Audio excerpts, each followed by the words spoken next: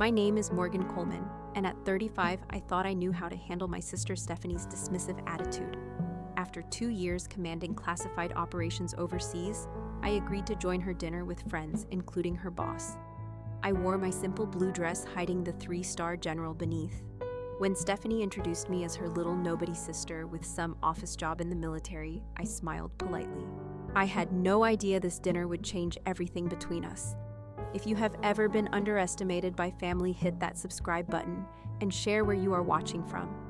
The validation you are seeking might come when you least expect it. Growing up, Stephanie and I were never the typical sisters.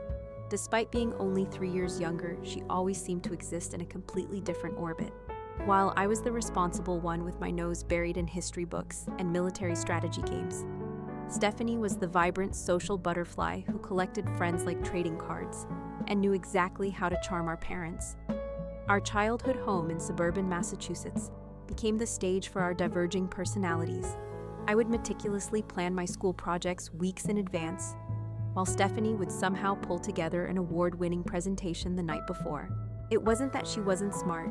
She was brilliant in her own way, but her priorities were different. She thrived on social capital and admiration, whereas I found comfort in structure, achievement, and quiet recognition. Morgan, why can't you try to be more like your sister? Mom would ask when I declined yet another party invitation to study. You need to build connections in life. Dad, a former corporate executive, often sided with Stephanie too. Her business ambitions aligned more closely with his vision than my growing fascination with military service. By high school, the pattern was firmly established. Stephanie was the family star, and I was the serious, dependable background character in her glittering story. College only widened the gap between us. I chose West Point despite my parents' confusion, while Stephanie attended an Ivy League business school exactly as expected during family gatherings. Her internships at prestigious firms dominated dinner conversation.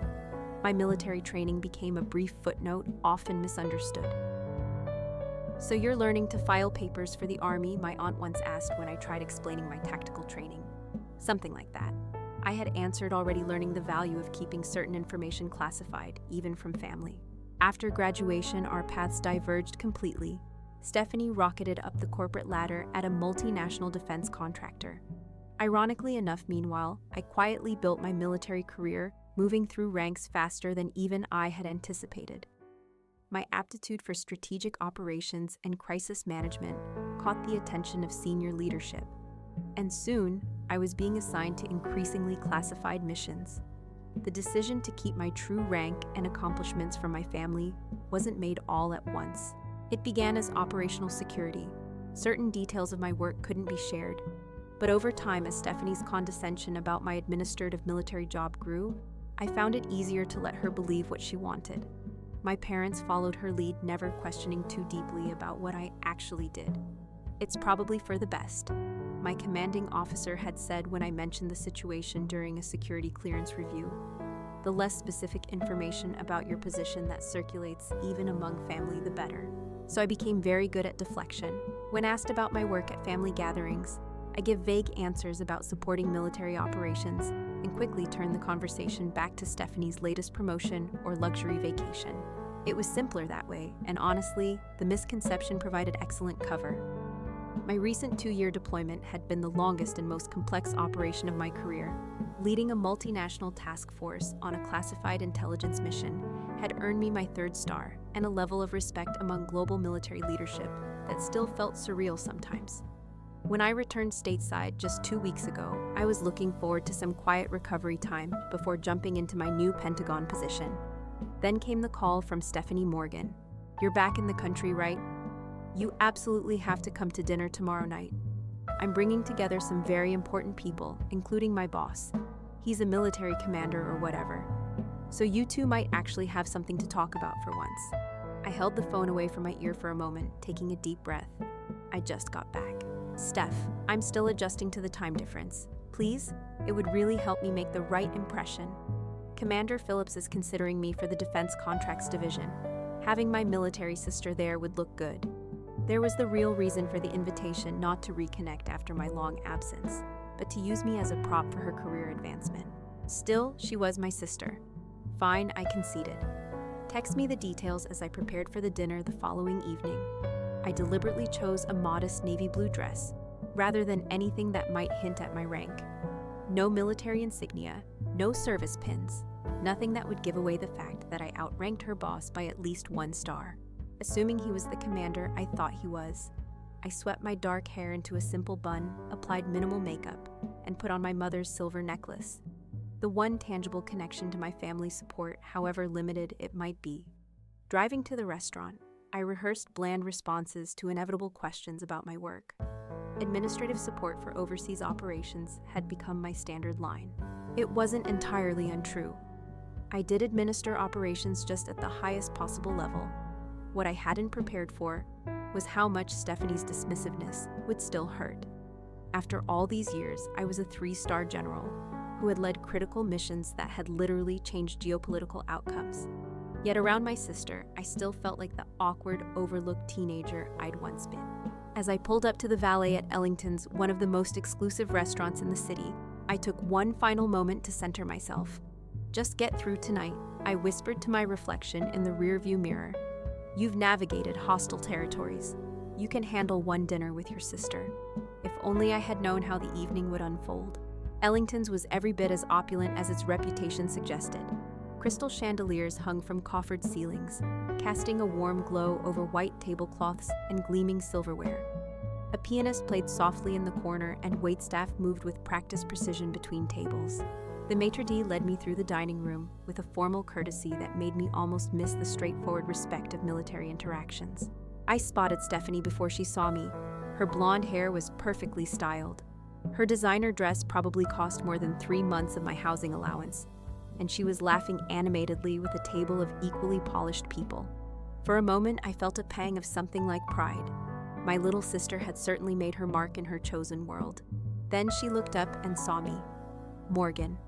Finally, her smile remained fixed, but her eyes narrowed slightly as she took in my appearance. "I see you came straight from work." "Nice to see you too, Steph," I replied, leaning in for a brief hug. "And no, this is what I chose to wear." She pulled back, her smile tightening. "Well, we can go shopping soon. I know where to find clothes that are actually flattering on your athletic belt." Before I could respond, she was already turning to introduce me to the table. "Everyone, this is my older sister Morgan. She does some kind of office work for the military." I kept my expression neutral as I took in the dinner companions. To Stephanie's right side, a woman with sharp features and a sharper gaze, wearing a red dress that probably cost more than my first car. "This is Amanda, my colleague from the International Acquisitions team," Stephanie explained. "And her husband, Brad. Brad, a man with the overly confident handshake of someone who thought very highly of himself, nodded. "Military. My cousin was in the Marines. Real hero stuff. What do you do again? Administrative support." I replied with the practiced ease of someone who had given this cover story countless times. "Morgan pushes papers." Stephanie interjected with a light laugh. "Nothing exciting." I met the next guest, Rebecca, another friend of Stephanie's who worked in marketing, and immediately started telling me about her company's contract with the Defense Department, as if I might be impressed. Finally, Stephanie introduced the man at the far end of the table. "And this is Commander James Phillips, my boss. He heads up the Military Liaison Division." I recognized him immediately, though I carefully had any reaction. Commander Phillips was indeed military naval intelligence specifically, and while his rank was nothing to scoff at, he was several pay grades below me and had actually been present via video conference for one of my classified briefings last year. I prayed he wouldn't recognize me out of context. "Pleasure to meet you, sir," I said politely, using the proper address a lower-ranking officer would use. He looked at me curiously for a moment, then nodded. "Likewise. Which French army?" I replied simply. "She's been doing administrative work overseas." "Stephanie. Cut in. Nothing classified or important." Morgan, sit next to Rebecca. I took my assigned seat, feeling the first real sting of the evening. Nothing important. The operation I just led had prevented an international crisis that would have directly impacted the very defense contracts Stephanie's company managed. But I smiled and reached for my water glass, instead of correcting her as the waiter took drink orders. The conversation quickly turned to everyone's recent professional accomplishments. Amanda had just closed a major deal with a European client. Brad had apparently purchased some significant property investment. Rebecca was being considered for a director position, and Stephanie, of course, had just been shortlisted for the Defense Division promotion. "Morgan, what about you?" Commander Phillips asked, seemingly genuinely interested. "What have you been working on overseas?" Before I could even formulate my standard vague response, Stephanie jumped in. "Oh, Morgan just does basic administrative work. She helps schedule things and manage paperwork for the real soldiers." She turned to me with a condescending smile, though I'm sure it's very important. "Paperwork, right." The table laughed, and I felt my cheeks warm slightly. 2 weeks ago, I had been coordinating a multinational intelligence operation that saved countless lives. Now I was being treated like an office clerk. "It keeps me busy," I said mildly. "I'm sure it does," Amanda said, with the kind of smile that suggested she was humoring me. "It takes all types to keep things running."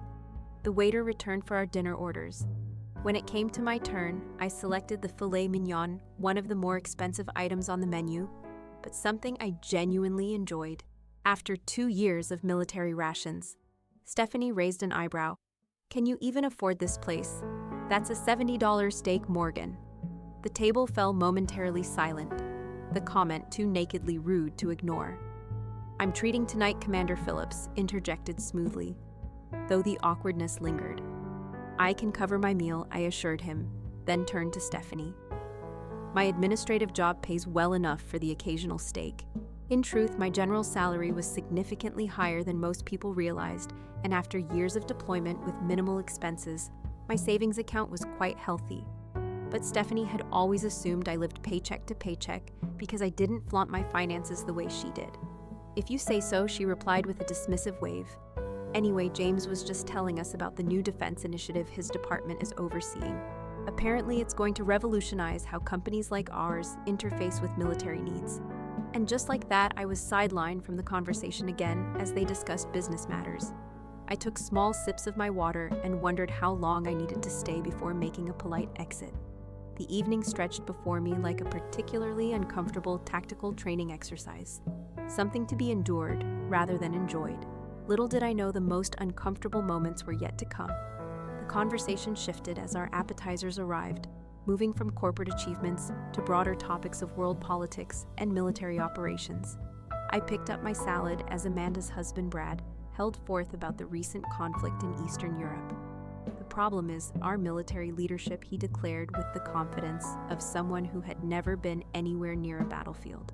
"They are too hesitant to bureaucratic. If I were running things, we'd have resolved that situation months ago with a show of force." Commander Phillips looked slightly uncomfortable, but remained diplomatic. "Military strategy often involves complexities that aren't apparent to outsiders." "Exactly," Stephanie jumped in. "That's why we need more private sector thinking in defense. Cut through all that red tape." She turned to me with a smirk. "Morgan knows all about military bureaucracy, don't you?" "How many forms do you process a day?" I took a slow sip of water, remembering the 16-hour strategy sessions I'd led, the split-second decisions that had determined the success or failure of critical operations, the letters I'd written to families of fallen soldiers. "It varies," I replied neutrally. "See, even she can't give a straight answer." Stephanie laughed. "Military secrecy about paper clips and staples." Rebecca joined in. "My brother was in the Army for 2 years before going into finance. He said most of the time was just waiting around for something to happen. That can certainly be part of the experience." I acknowledged, thinking of the countless hours of preparation that preceded any significant operation. What looked like waiting around to an outside observer was often intensive planning training or intelligence analysis. The main courses arrived momentarily. Pausing the conversation, I cut into my steak, savoring the first bite. After months of military rations, a properly cooked filet was a luxury worth every penny. "So Morgan," Amanda said, eyeing my plate. "That's expensive taste for someone on your salary. Military administration must pay better than I thought." "Administrative roles in the military are compensated based on rank and years of service," I explained patiently, like any other position. She probably put it on credit. Stephanie Stage whispered to Amanda, "Morgan's never been great with finances." I felt a flash of irritation. That characterization might have been true when I was 20, but I'd managed complex operational budgets for years now. My personal finances were immaculate. "Actually, I'm debt-free," I countered, breaking my usual pattern of letting Stephanie's comments slide. "Have been for years." Stephanie looked surprised, then dismissive. Well, good for you. I suppose when you have no social life and live in military housing, you can save a few dollars. The conversation moved on, but the pattern continued throughout the meal. Any contribution I made was minimized or dismissed. When I mentioned a country I'd been stationed in, Stephanie interrupted to talk about the luxury resort she'd visited there, when Commander Phillips asked about my perspective on a diplomatic situation. My sister answered for me, assuring him I wouldn't know anything meaningful about it. Morgan's never been politically aware, she explained, as if I weren't sitting right there. She just follows orders. I found myself transported back to countless family dinners where my achievements were footnotes to Stephanie's starring role. A familiar knot formed in my stomach, a mixture of hurt, frustration, and resignation. During a brief lull, Commander Phillips addressed me directly. So what brought you into military service, Morgan family tradition? Before I could answer, Stephanie laughed. God, no. Dad was horrified when she enlisted instead of going into business. I think she just wanted to be different. I enlisted after college. Actually, I corrected, and it was West Point, not basic enlistment. The table fell silent for a moment. West Point Commander Phillips looked genuinely surprised. That's impressive, Stephanie waved dismissively. She's being modest. It was a special program for administrative trucks. Right, Morgan? It wasn't. I'd graduated near the top of my class in standard officer training, but I'd long ago stopped correcting Stephanie's fictitious versions of my life. It was a while ago now, I said instead. The conversation soon turned to a recent covert military operation that had made brief headlines before disappearing from the news cycle. It happened to be the very operation I had commanded, though the public knew almost nothing about the actual details. Total disaster, Brad proclaimed. Whoever was in charge should be court-martialed. My hand tightened around my water glass. The operation had actually been a remarkable success, achieving all primary objectives with minimal casualties. The disaster narrative had been deliberately cultivated to conceal the true nature and achievements of the mission. I read they sent in some female general to clean up the mess. Afterward, Amanda added, "Can you imagine what would a woman know about that kind of tactical situation?" I excused myself to the restroom before I could say something classified. Or worse, something that would reveal exactly what this particular woman knew about that tactical situation. In the elegant privacy of the restroom, I leaned against the marble counter and took several deep breaths. I'd faced hostile forces, navigated international diplomatic crises, and commanded troops in life-or-death situations. Yet somehow my sister still had the power to make me feel small. 10 more minutes. I told my reflection. Make an excuse about an early morning, then leave. I straightened my dress, reapplied my lipstick, and prepared to return to battle, albeit a very different kind than I was trained for. As I walked back toward the table, I noticed Commander Phillips studying me with an increasingly puzzled expression. Something in his gaze made me uneasy.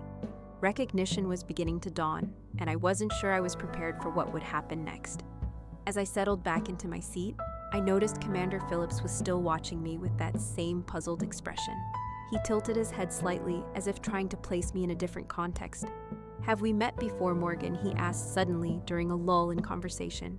"You seem familiar." My heart rate accelerated slightly. "I don't believe so, sir. Perhaps at a military function." "Possibly," he replied, though he didn't look convinced. Stephanie rolled her eyes. "Trust me, James. If you'd met Morgan before, you wouldn't remember. She tends to blend into the background." I saw something change in Commander Phillips' expression. A flash of discomfort at Stephanie's dismissiveness before he could respond. The conversation was hijacked by Brad, launching into his thoughts on the Defense Department's budget allocation. "They waste millions on outdated protocols," he proclaimed. "If they consulted with business experts like us, they could streamline everything." I bit my tongue, thinking of the countless efficiency reviews and optimization protocols I'd implemented in my command. The military wasn't perfect, but it wasn't the bureaucratic dinosaur civilians often imagined. "What do you think, Morgan?" Commander Phillips asked deliberately, bringing me back into the conversation. "From your perspective and administration, do you see areas where efficiency could be improved?" It was a thoughtful question, giving me an opportunity to contribute without revealing my actual role. I was formulating a carefully neutral response when a restaurant staff member approached our table. "Excuse me," he said quietly. "Is there a Morgan Coleman present?" "There's an urgent call for you at the front desk." Stephanie frowned. Who would be calling you here? Nobody even knows you're in town? Excuse me, I said, rising from my seat. I should take this as I followed the staff member to the front. I could feel Commander Phillips' eyes on me. The pieces were starting to come together for him, and I knew my careful separation of personal and professional lives was in jeopardy. At the front desk, I took the receiver, immediately recognizing the voice of my aide, Lieutenant Winters. General Coleman, I apologize for tracking you down at dinner, she said crisply. But we have a situation developing with Operation Cornerstone.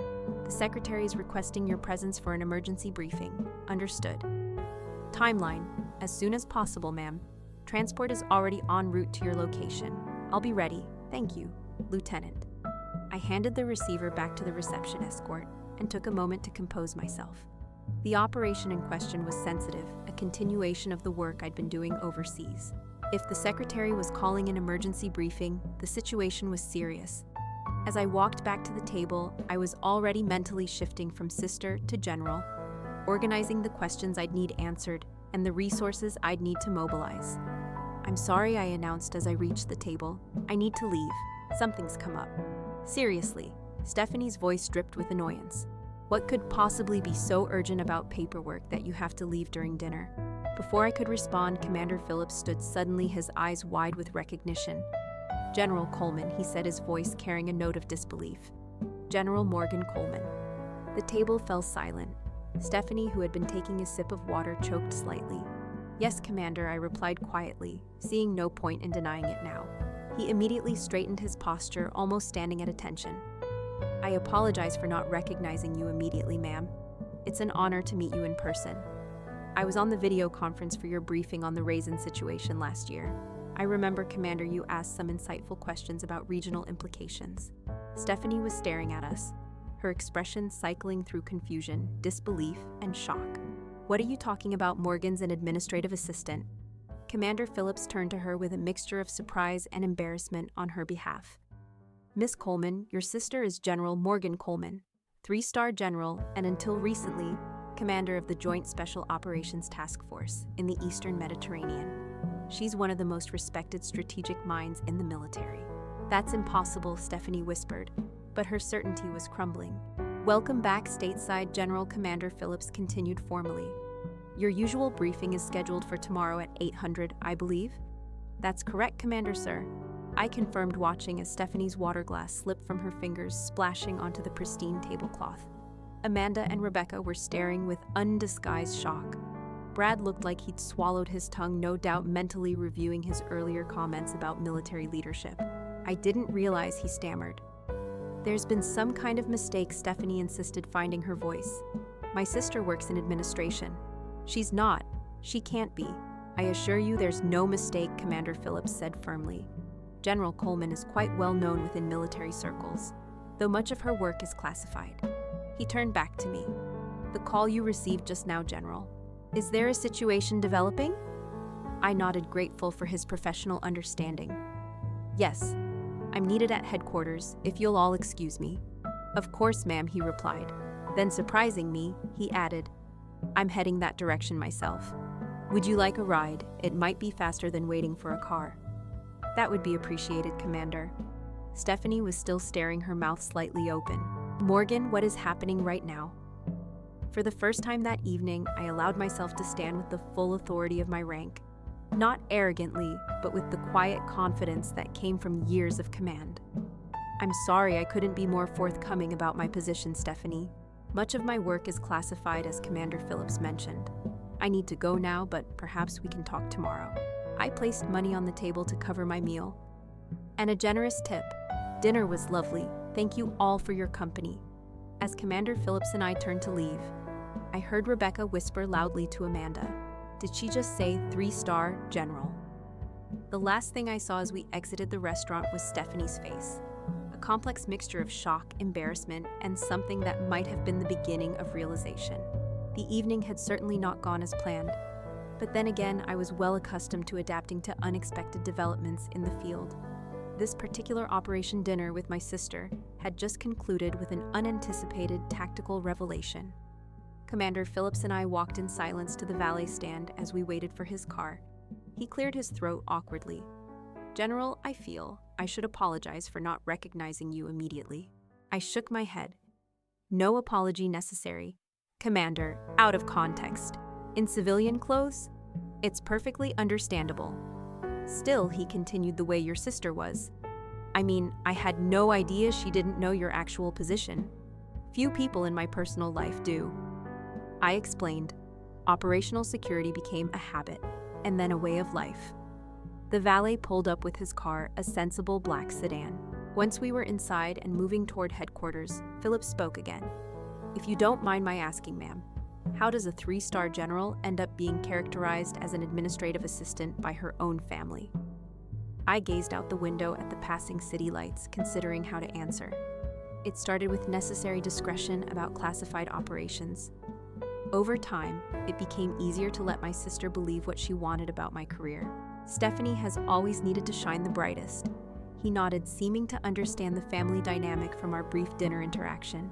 Well, for what it's worth, your reputation shines pretty brightly in military circles. Your strategy during the raising operation was taught as a case study at the War College last semester. I allowed myself a small smile at that. Thank you, Commander, though I suspect that information won't make family gatherings any less complicated.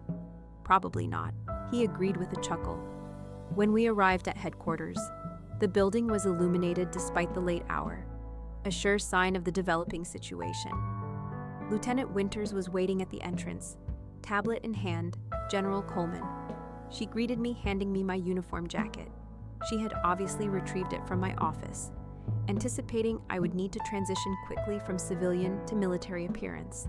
The secretary is waiting in the secure conference room. Intelligence reports came in 20 minutes ago. Thank you, Lieutenant. I slipped the jacket on over my dress.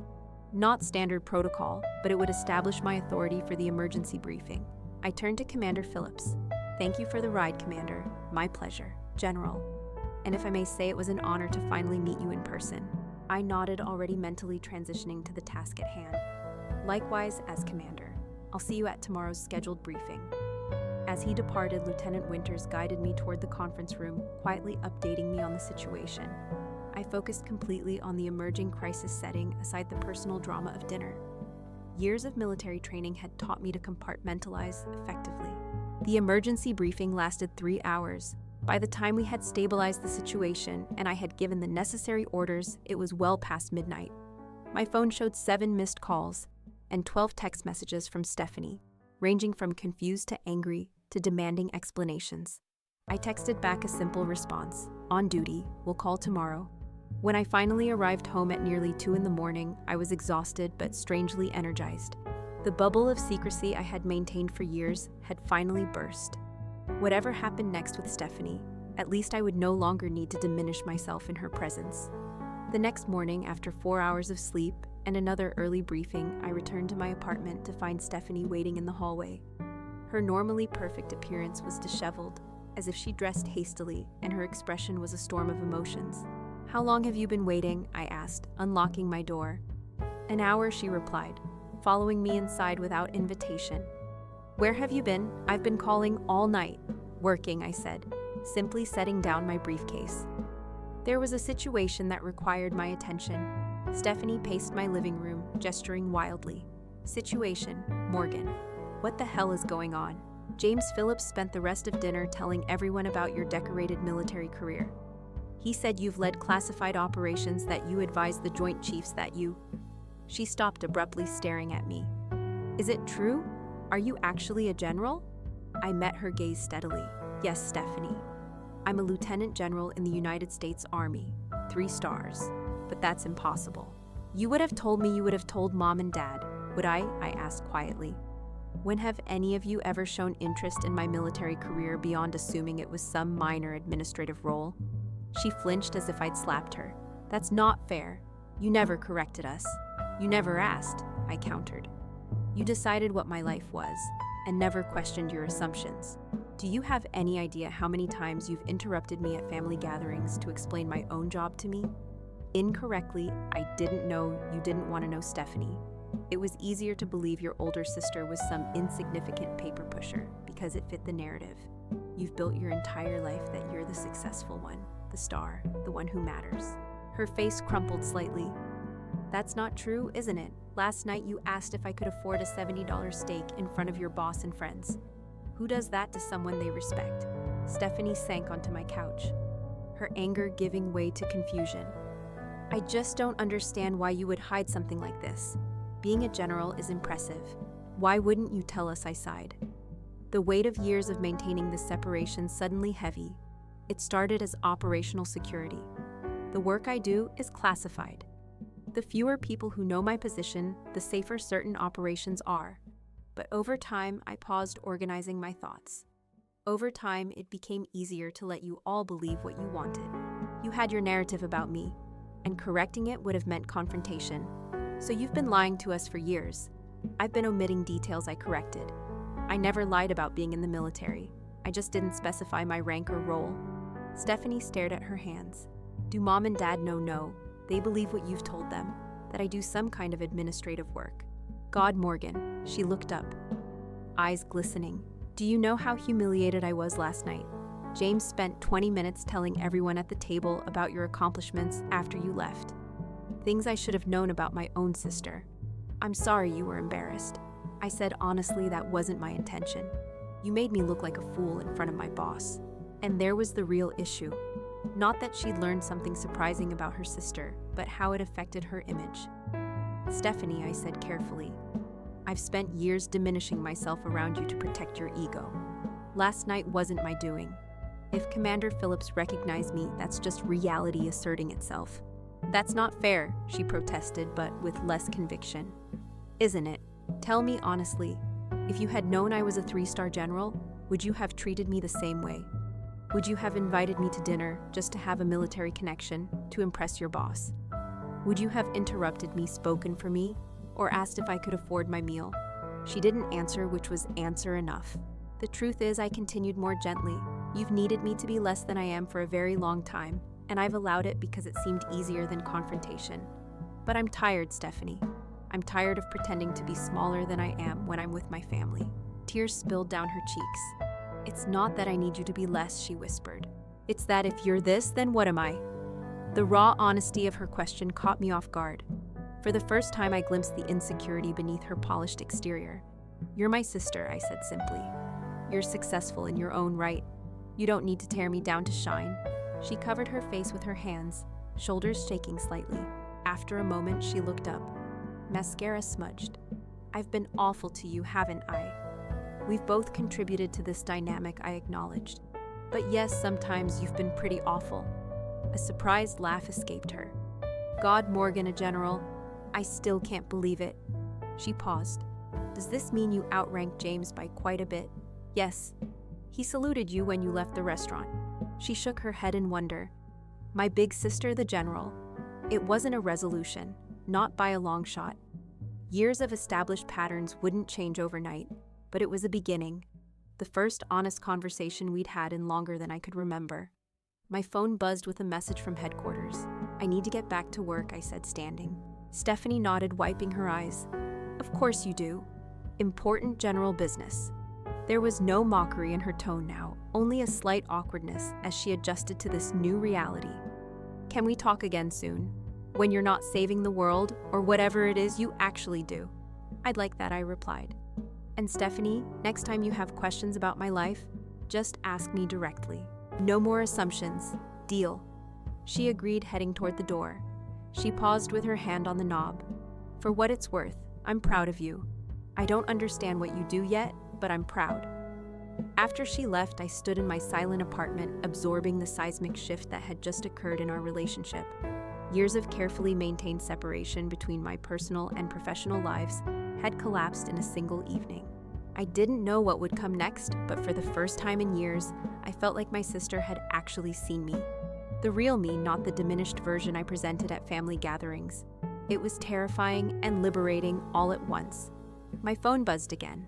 Duty called as it always did, but something had fundamentally changed. I was no longer General Coleman at work, and Stephanie's nobody's sister at home. I was finally simply Morgan, and all context. And that felt like a victory more meaningful than any military campaign I had ever led. The following weeks brought a strange new reality. At headquarters, everything continued as normal briefing strategy sessions, the daily business of military leadership. But in my personal life, the ground had shifted dramatically. Stephanie called regularly, asking questions about my career that she'd never bothered with before. Some I could answer, others were classified. She seemed to be making a genuine effort to understand my world, though I could tell she was still processing the revelation. So when you said you were deployed overseas last year, you were actually commanding an entire operation, she asked during one of our phone calls. That's correct. And all those times you couldn't make it to family events because of work commitments. Those were actual commitments. Stephanie, running military operations doesn't typically accommodate family dinner schedules. She laughed a little. I always thought you were just avoiding us. Sometimes I was. I admit it, but mostly I was doing my job. 3 weeks after the fateful dinner, I received an unexpected call from my parents. Stephanie had finally told them the truth about my position. They wanted to meet for lunch. I chose a quiet cafe near my apartment, arriving early to secure a private table in the corner. When they walked in, I was struck by how much older they looked than in my memory. Dad's hair had gone completely silver, and Mom moved more carefully than I remembered. Morgan, Mom said, embracing me tightly. My little general. Hi, Mom, I replied, returning her hug. Hi, Dad. He stood awkwardly for a moment before giving me a quick, stiff hug. Morgan, once we were seated and had ordered, an uncomfortable silence fell. Mom broke it first. Stephanie told us everything. Why didn't you tell us about your promotions, your real position? I took a sip of water, considering my answer carefully. Initially, it was operational security. Later, it just seemed easier not to correct the assumptions. You'd all made assumptions. Dad's voice had an edge. You deliberately misled us about your career. Did I? When did any of you ever ask me detailed questions about what I actually do? You decided I had some minor role and never questioned it. Where are your parents? Mom protested. You should have told us like you told. And Susan, when Dad got passed over for that VP position, I countered. Or like you told the neighbors when Stephanie dropped out of her MBA program for 6 months. Our family has always had a selective relationship with uncomfortable truths. Dad flinched. That's different. Is it you taught us both that image matters more than reality? Stephanie embraced that lesson.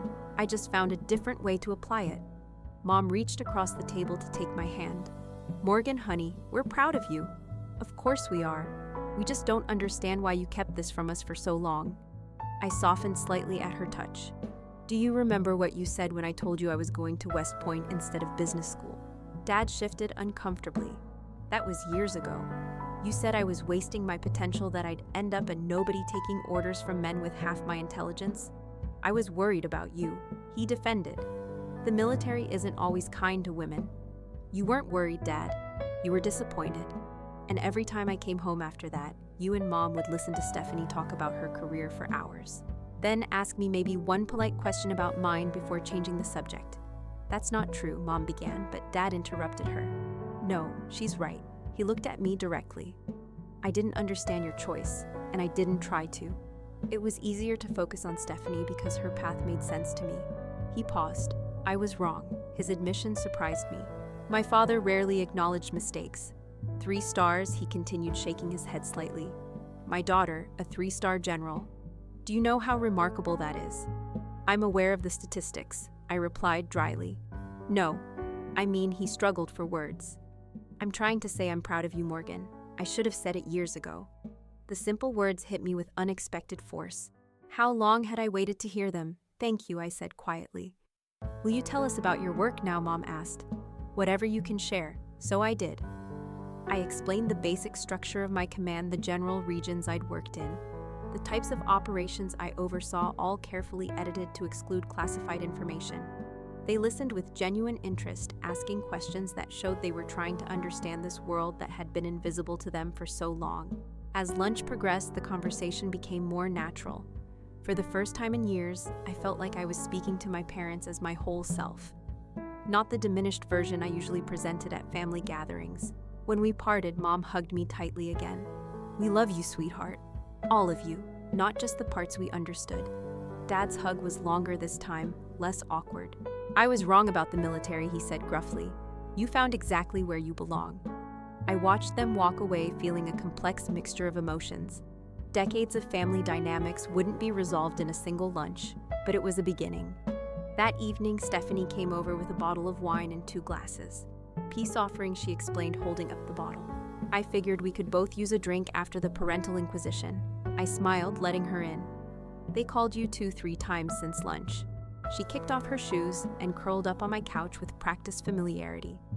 Dad actually asked me for details about your career. I think you broke him. I laughed, opening the wine. I simply existed as myself. If that breaks him, that's on him. She accepted a glass, her expression turning serious. I've been thinking a lot about what you said about needing me to be less than you are. I sat across from her, waiting. You were right, she admitted. I've built so much of my identity around being the successful one. The star, finding out you've been this whole other person, this important, powerful person. While I was dismissing you, she shook her head. It made me question everything I thought I knew about our relationship, and I've been a self-centered jerk, she said bluntly. For years, decades probably. I couldn't help but smile. Well, I wouldn't argue with that assessment. She threw a pillow at me, and for a moment we were kids again, before competition and comparison had complicated everything. The thing is, she continued more seriously, I don't know how to be your sister without being like that. We've been in these roles for so long. We figure it out together, I suggested. Day by day. No more hiding who I am. No more needing to diminish me, to elevate yourself. Deal? She raised her glass to my badass general sister, who apparently has been quietly saving the world, while I've been bragging about corporate acquisitions. I clinked my glass against hers, and to my sister, who finally sees me. We talked late into the night, filling in gaps in each other's lives that years of surface-level interaction had created. It wasn't perfect. Old habits emerged, occasionally requiring gentle correction, but it was real in a way our relationship hadn't been since childhood. As Stephanie was leaving, she paused at the door. You know what's funny? James Phillips asked me to coffee yesterday. Oh yeah, he said he wanted to discuss my proposal for the defense contracts division. She grinned. I think he's trying to get intel on you. Apparently, my nobody sister is quite the celebrity in military circles. Hardly a celebrity, I protested. Not what James says. She winked.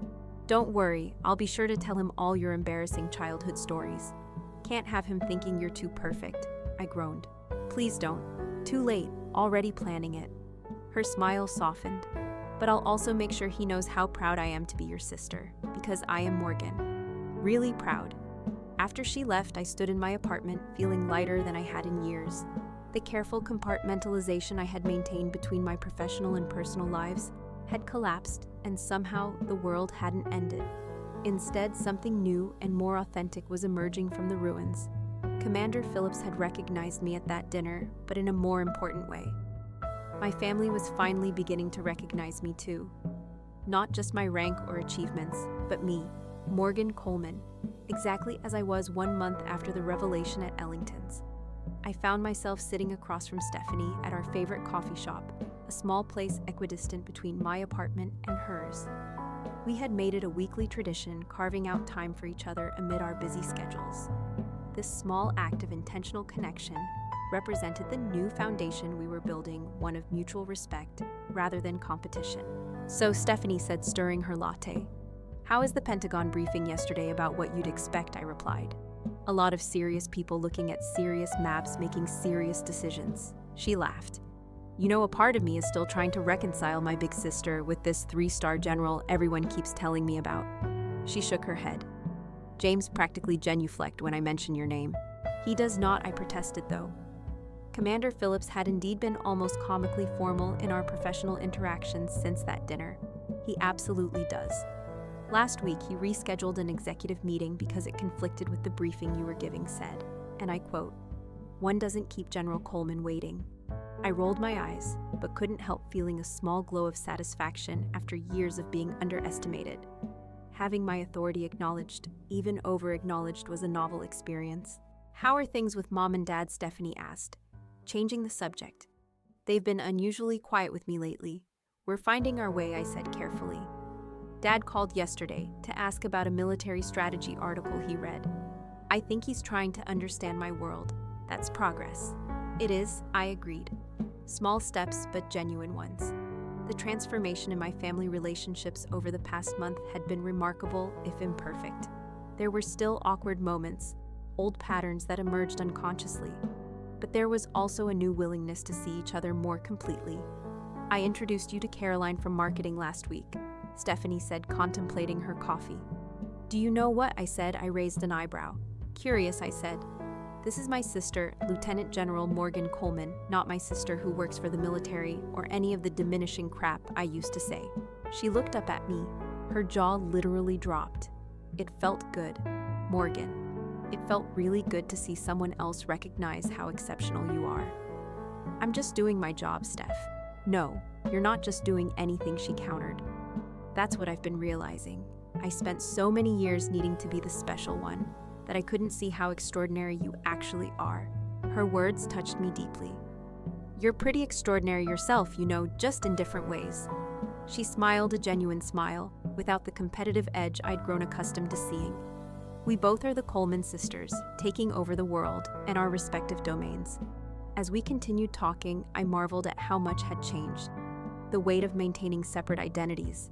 General Coleman and Morgan, the underachieving sister, had been exhausting in ways I hadn't fully recognized until the burden was lifted. My new Pentagon position had turned out to be a blessing in disguise, with a more public-facing role coordinating international defense cooperation. I could share more of my professional life with my family without compromising security. It created natural bridges between my worlds that had previously been rigidly separated. Commander Phillips had indeed become an unexpected ally after our shared experience at Arlington's. He'd made a point of checking in occasionally, understanding the unique challenge of balancing high-level military responsibility with civilian relationships. "I saw James yesterday," Stephanie mentioned casually. "He asked about you professionally or personally?" I asked, curious. "A bit of both," she said with a sly smile. "I think he might be interested in knowing you beyond the briefing room." I felt a flush of surprise. "That would be complicated." "Life is complicated," she shrugged. "Doesn't mean it's not worth exploring." 2 weeks later, our parents hosted a family dinner, the first since the revelation of my actual rank and position. I arrived in civilian clothes, but made no effort to downplay my military bearing or accomplishments when the conversation turned to work. Morgan was just telling us about her new initiative with NATO, Mom said proudly to our aunt who was visiting from Chicago.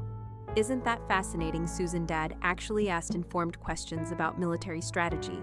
Having clearly done some reading on the subject, Stephanie chimed in with relevant points about defense contracting, creating connections between our separate professional spheres. It wasn't perfect. Old habits emerged occasionally. Mom still interrupted me once or twice. Dad still gave Stephanie's corporate achievements slightly more attention. But there was a conscious effort being made, and awareness that hadn't existed before. After dinner, Dad pulled me aside in his study, a room I'd rarely been invited into as a child. "I have something for you," he said, opening his desk drawer. He pulled out a small box and handed it to me. Inside was a silver star pin, not a military insignia, but a simple, elegant piece of jewelry. "I know you can't wear your actual stars most of the time," he said awkwardly. "But I thought you should have something to remind you that your family sees you now, all of you." I was momentarily speechless, touched by the gesture from my usually reserved father. "Thank you," I said finally, closing my hand around the pin. "This means a lot to me." He nodded, clearly uncomfortable with the emotional moment, but determined to see it through. "I was wrong, Morgan, about the military, about your choices. I'm sorry it took me so long to see it." "It's okay, Dad. We got here eventually." As I drove home that night, I reflected on the journey of the past month. The accidental revelation at a dinner that was supposed to be just another exercise in being diminished had instead catalyzed profound change. I no longer had to compartmentalize my life, pretending to be less in one sphere to maintain peace in another. The energy I had spent maintaining that separation could now be directed toward building authentic connections with my family. There was something powerful in being fully seen and accepted, not just for my rank or achievements, but for who I was at my core. The validation I had unconsciously sought from my family for years had finally come, not through their acknowledgement of my stars, but through their willingness to see the person beneath them. As I parked outside my apartment building, my phone buzzed with a text from Stephanie. "Dinner next Friday. James asked if you might join us. No pretenses this time, I promise." I smiled, typing back. "I'd like that." The stars on my uniform had never defined me, but they had become part of who I was, just as being Stephanie's sister, John and Martha's daughter. And now perhaps someone who might explore a connection with James Phillips beyond professional courtesy. For years I had been the general who commanded troops and the sister who diminished herself. Now finally, I could simply be Morgan. Complex, accomplished, still growing, and fully seen in the military. We often talk about mission objectives and strategic outcomes, but sometimes the most important victories are personal ones.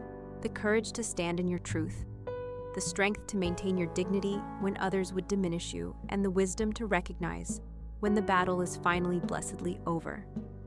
My sister had called me a nobody at dinner, but in that moment of revelation, when my worlds collided and my full self was finally exposed, I had never felt more completely somebody, not just General Coleman, not just Morgan the sister, but wholly and authentically myself. And that perhaps was the greatest victory of all. If this story resonated with you, I'd love to hear about a time when you were finally recognized for your true worth after being underestimated. Has your family ever discovered something surprising about you that changed how they see you? Share your experiences in the comments below, and if you enjoyed this journey of recognition and healing, please hit that like button and subscribe to hear more stories of personal triumphs. Remember, sometimes the people who know us the least are the ones closest to us, until truth creates a bridge to genuine understanding. Thank you for listening, and I hope to connect with you again soon.